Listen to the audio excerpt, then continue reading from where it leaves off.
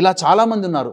అన్నిటికంటే మరీ విచిత్రం ఏంటంటే ఒకప్పుడు ఒక 100 సంవత్సరాల కిందట విడాకులు లేవు. ఈ మధ్య కాలంలో చట్టాలు వచ్చిన తర్వాత విడాకులు వచ్చాయి. పోనీ ఒకసారి విఫలం అయిపోయింది, రెండోసారి కన్నా కుదురుకోవాలి కదా. ఇప్పుడు సమాజంలో 2, 3, 4, 5 సార్లు పెళ్ళిళ్ళు అవుతాయి. అంటే దాంపత్య సౌఖ్యం లేని జీవితంతో ఇబ్బందులు పడుతున్నారు. 70 ఏళ్ళు 80 ఏళ్ళు వచ్చినా కానీ తల్లిదండ్రులు వివాహాలు, మా పిల్లవాడికి మా అమ్మాయికి పెళ్లి సంబంధాలు చూడండి అయ్యా అని చెప్పి తిరిగే పరిస్థితి వచ్చింది. ఇలా ఒకటా రెండా అనేక రకాలైనటువంటి పరిస్థితి. ఇంకా ముఖ్యంగా వ్యాపారం, పక్కగా చక్కగా వ్యాపారం జరుగుతుంటే అకస్మాత్తుగా వ్యాపారం పడిపోతుంటుంది. అసలు నరదృష్టి నరఘోష ఎక్కువగా అయిపోతుంది.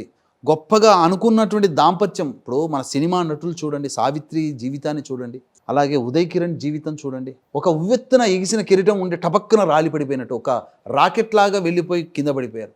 జీవిత చర్మాంకంలో గొప్పగా అందరి చేత ప్రేమాభిమానాలు పొందిన నటీనటులు జాగ్రత్త పడకుండా ఉండి వాళ్ళు జీవిత చర్మాంకంలో ఎంతటి అవస్థపడ్డారు, అడుక్కు తినే పరిస్థితికి వచ్చారు.